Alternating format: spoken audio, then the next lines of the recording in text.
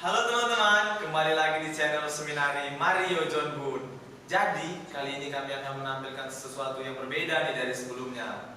Kami akan menampilkan sebuah podcast yang membahas sebuah hal yang cukup menarik dan fenomenal untuk saat ini. Jadi, saya nggak akan sendirian untuk membahas itu teman-teman. Saya akan ditemani oleh teman saya yang bernama Alvan. Halo. Dan juga Petrus. Hai. Dan juga saya sendiri bernama Sesko. Jadi, begini Alvan. Hal yang fenomenal apa yang akan kita bahas nih? Jadi hal yang akan kita bahas hari ini ialah krisis bahan pangan. Oh, menarik untuk dibahas, oke?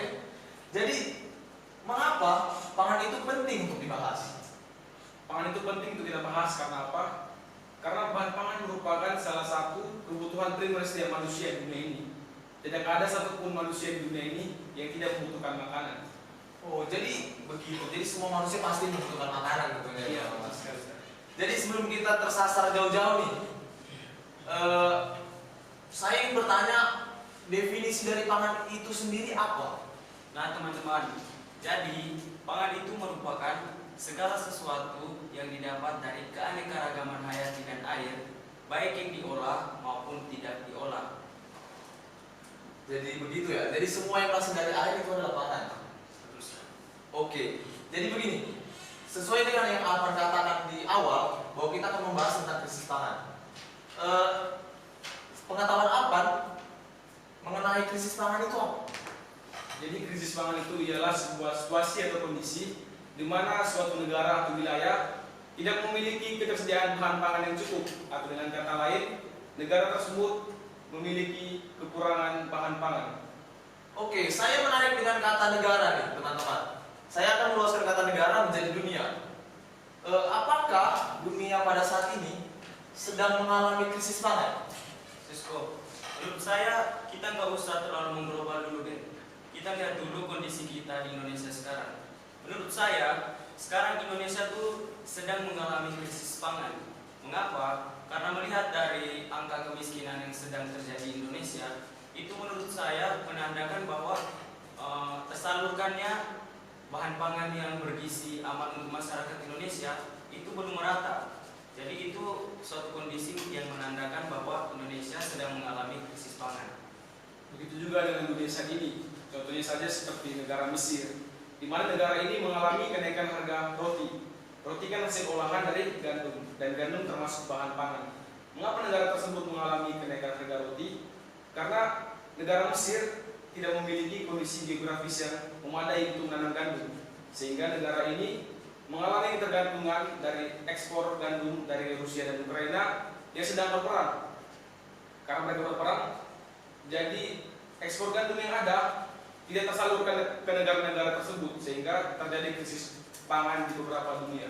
Saya kurang yakin dengan teman-teman sampaikan tadi. Coba teman-teman, apakah teman-teman punya bukti mengenai hal itu? Menurut data yang dipaparkan oleh Food and Agriculture Organization atau Organisasi Pangan dan PBB, itu dikatakan bahwa lebih dari 2 miliar orang di dunia itu mempunyai bahan pangan yang tidak bergizi dan tidak baik untuk kesehatan. Lalu ada sekitar 135 juta orang di 55 negara itu mengalami kelaparan akut. Nah, dan saya menambahkan ya, salah satu faktor yang menyebabkan terjadinya krisis pangan di dunia itu adalah karena distribusi yang tidak baik, yaitu pengantaran bahan makanan dari suatu negara ke negara lain itu mengalami gangguan. Perlu juga diperhatikan bahwa populasi manusia yang ada, baik itu di negara maupun di dunia, harus disesuaikan dengan ketersediaan bahan pangan yang ada, sehingga tidak mengalami ketimpangan bahan pangan. Tadi Yanto bilang begini, ada sekitar 135 juta orang itu mengalami lapar akut. Sementara yang kita tahu itu dunia sudah mengalami modernisasi, di mana teknologi sudah canggih. Jadi saya ingin bertanya, penyebab apa yang menyebabkan 135 juta ini mengalami lapar akut selain dari faktor penyebab yang disebutkan tadi? Tentunya tidak ada kerjasama yang baik antara satu negara dengan negara yang lain. Lalu mungkin karena melihat kondisi pada saat ini di mana dunia sedang dilanda oleh wabah COVID-19, lalu sedang terjadi perang antara Rusia dan Ukraina. Nah, faktor-faktor itulah yang menyebabkan terjadinya krisis pangan pada saat ini. Dan juga terjadi ketimpangan antara populasi manusia dengan bahan pangan yang ada. Nah, saya akan bertanya kepada teman-teman lagi nih. Cara menanggulangi faktor-faktor penyebab itu apa? Bagaimana dari pendapat teman-teman? Kalau menurut saya, salah satu hal yang harus dilakukan itu adalah meningkatkan kerjasama yang baik antara satu negara dengan negara yang lain. Lalu di sisi lain, generasi muda juga harus mengubah pola pikir yang ada, bahwa menjadi petani itu tidak buruk, karena petani pada saat ini kan hanya orang tua saja dan istilah populasinya hanya sedikit, sehingga generasi muda bisa membantu negara maupun dunia untuk bekerja menanam bahan pangan yang ada. Wah, begitu ternyata. Jadi solusinya itu bisa saya simpulkan mengubah pola pikir para pemuda. Itu yang menurut saya cukup menarik untuk saat ini.